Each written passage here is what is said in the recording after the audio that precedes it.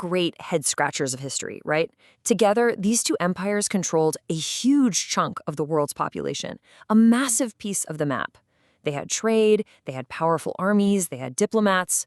So why did they stay like ghosts to each other? What on earth kept these two giants apart? Okay, let's get into it. So first, let's just properly set the stage here. We're talking about the Roman Empire at its absolute height and the equally powerful Han Dynasty in China. These weren't just random kingdoms. They were sophisticated, highly organized, and always looking to expand. Just let that sink in for a second. It's kind of like having two suns in the sky that somehow never managed to shine on each other. Yeah, they heard some faint whispers, some crazy rumors, and sure, goods were traded through this long, winding chain of middlemen, but real, direct, face-to-face contact? Nope, it just never happened. And the reasons why? Well, it's a wild mix of geography, pure greed, and a brilliant, history-changing lie. Okay, so the first and, let's be honest, the most obvious reason is just the insane, mind-boggling distance between them. You have to remember, the world felt so much bigger back then. And this map just lays it all out, doesn't it? Look at that space. Separating Rome and China wasn't just empty land. It was this brutal patchwork of towering mountain ranges, scorching deserts, and a whole bunch of other kingdoms in between. Just trying to get a letter from one end to the other would have been the adventure of a lifetime. 100 days. That's a potential travel time for just one section of the journey. And get this, that's not even close to the whole trip. That's just one piece of the famous Silk Road. After all that, you would still be thousands of miles from anything resembling Roman territory.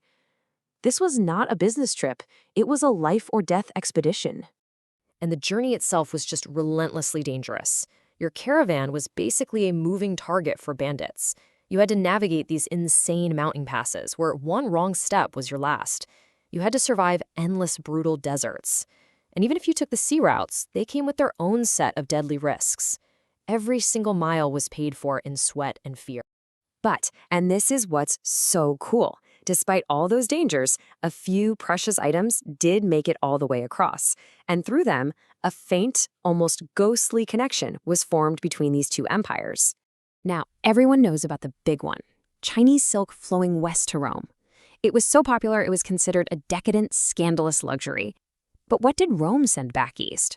Well, among a few other things, one of their absolute star exports was their incredible high-quality glassware. To the Chinese elite, Roman glass was like something from another world. See, they had their own glass, but it was nothing like the clear, beautifully crafted stuff coming from the West. It was so valuable, so exotic, that the super wealthy would use it to show off just how rich they were. And you can see just how big an impact it had. Chinese artisans were so blown away by it, they started trying to copy it. And eventually, they got so good that one historian even bragged that their local glass had a luster even more beautiful than glass brought from the West. So it wasn't just a trade good, it was an inspiration. So if goods were moving back and forth, what about information? Oh, this is where the story gets really weird. The picture each empire had of the other was this bizarre cocktail of fact and pure fantasy. So, the Chinese had a name for the Roman Empire, Da Qin. That translates to Great Qin. Now, you have to understand, that's a huge compliment. They were comparing this faraway, mysterious empire to the Qin dynasty, the legendary dynasty that first unified all of China. It shows a massive amount of respect for a power they'd never even seen. But what they thought they knew about Da Qin was, well, a little wild. They'd heard the ruler wasn't a permanent hereditary king, which, given the chaos of Roman succession, is kind of sort of true. They believed the people were really tall and honest. But then things get fantastical. They thought buildings had pillars made of crystal, and that the king lived in a palace made of coral. What this really shows is that they weren't getting direct reports. This was all third, fourth, maybe 20th hand information. It was like a game of telephone played across an entire continent. Every merchant and traveler added a little spice to the story, until the final picture of Rome was this crazy funhouse mirror reflection of reality. But then, in the year 97 CE, the Chinese decided, enough with the rumors. They decided to do something incredibly bold. They launched one of the most ambitious diplomatic missions in ancient history. They were going to send someone to make direct contact with Daqin. A military ambassador by the name of Gan Ying was chosen for the job. His mission was epic. Travel the entire length of the Silk Road, cross the territory of their rivals, the Parthians, and become the very first official Chinese envoy to stand face-to-face with the Romans. And he almost made it. Gan Ying traveled across the continent and made it all the way to the Persian Gulf. He was literally at the water's edge, ready to get on a boat for the final leg of his journey. But right then, the local Parthian sailors told him this terrifying story about the ocean making men so homesick that they just die.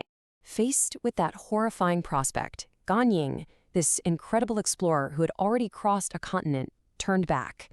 He failed at the final hurdle. But here is the absolute killer twist. The Parthians were lying through their teeth. The dangerous 2-year voyage they described, it was actually a pretty routine trip that could be done in about a month. So why? Why lie? Simple. It was all about the money. The Parthian Empire was the great middleman. They sat right in between Rome and China, buying silk cheap from the east and selling it for a fortune to the west. They were making massive profits. If Rome and China started talking directly, they'd be cut out of the deal completely, so they sabotaged the entire mission.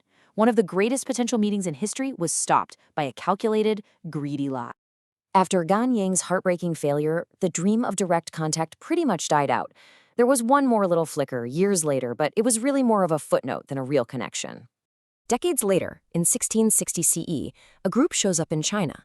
They claim they're an embassy from Han Dynasty, the king of Daqin, which is probably a reference to the emperor Marcus Aurelius Antoninus. But even the Chinese court was kind of skeptical. The gifts they brought, ivory, rhino horns, were just typical trade goods. The Chinese records basically say, yeah, this was probably just a bunch of Roman merchants pretending to be diplomats to get a better trade deal. And that's it. That's as close as these two giants ever got. And it just leaves us with one of history's most fascinating what-ifs. What if the Parthians hadn't lied? What if Gan Ying had actually gotten on that ship? Just imagine how history might have changed if Rome and China had truly met, sharing their technology, their philosophy, their culture. It's a phantom history, one we can only dream about.